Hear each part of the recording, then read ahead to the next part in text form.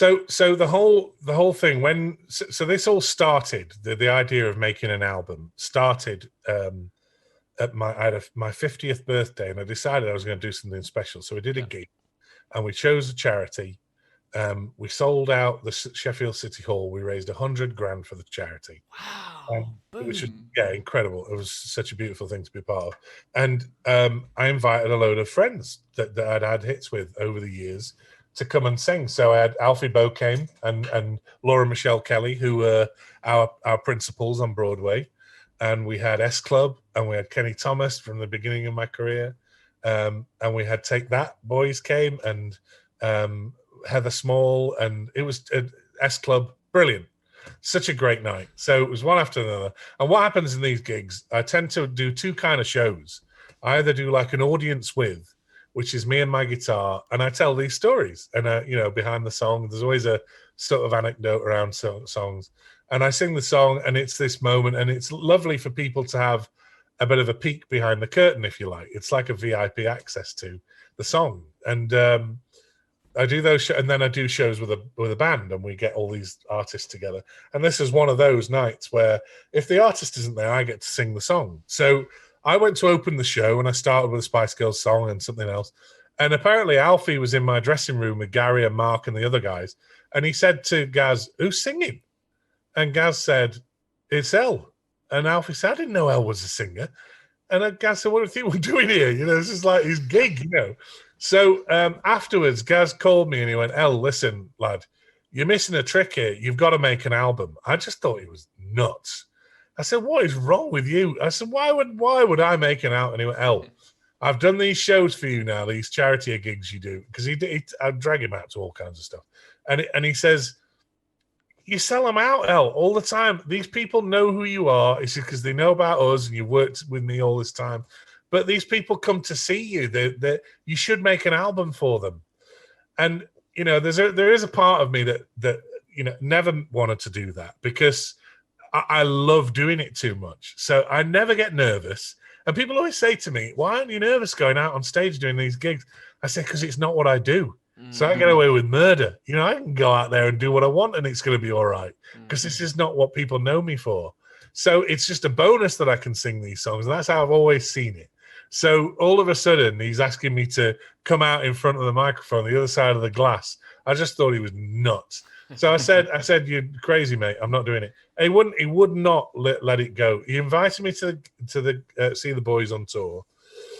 I went to see him, went backstage to see the boys, and they arranged a meeting for an agent with me, an old friend of ours. And he said, "Gaz wants me to talk to you about doing a tour." I said, "What is wrong with you?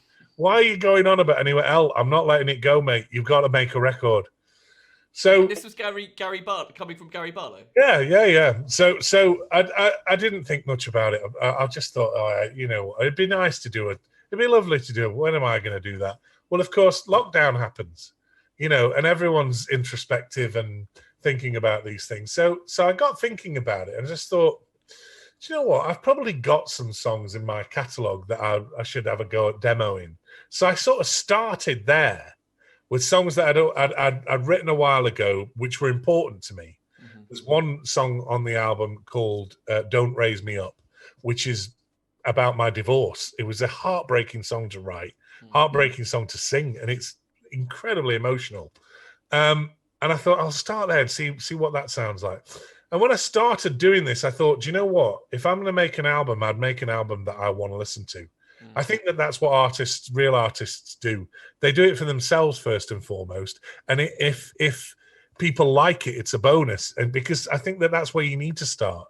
Because I preach to everyone I work with, unless you're going to be honest, what's the point? People are going to invest in your honesty. And your job is not to sell records. Your job is to transfer emotion.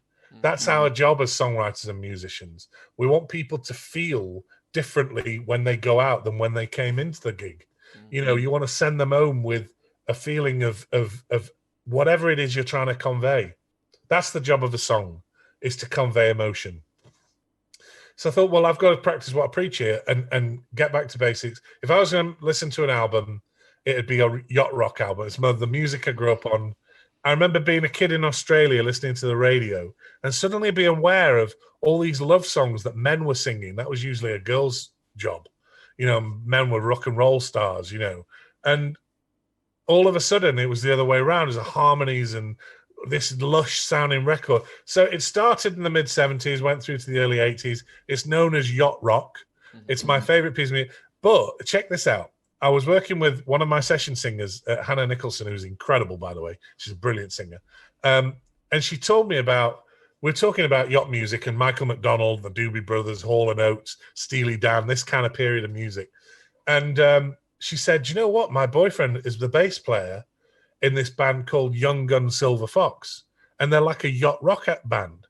I listened to them and it just restored my faith in music. Here was a band happening now, selling records, making records now that sounded like they were made in the 70s. They took all the effort to make it sound authentic.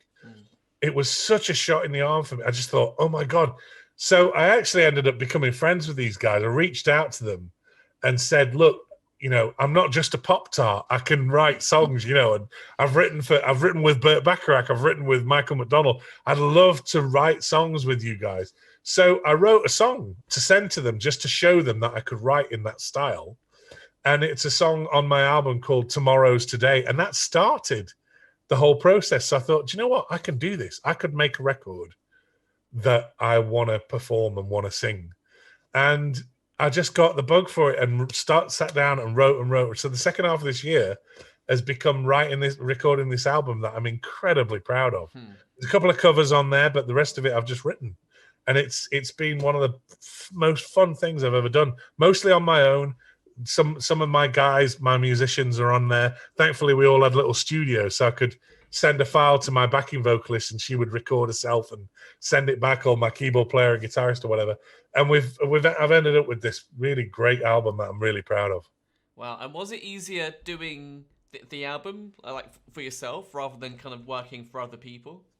I actually tried to make it as enjoyable, but as I took it really seriously and wanted it to sound great. I wanted to put it on and people go, not only do I like the songs, it just sounds great. And just, one of the things I'm so pleased with is that the single My Destiny just sounds so good on radio. It's like you never know this until you do it, but actually hearing it come back with Ken Bruce on Radio 2. Here is Eliot Kennedy's new single, My Destiny. And you hear very good. Your impressions are great. You got another career there. Hearing it come over the radio is just like, oh my God.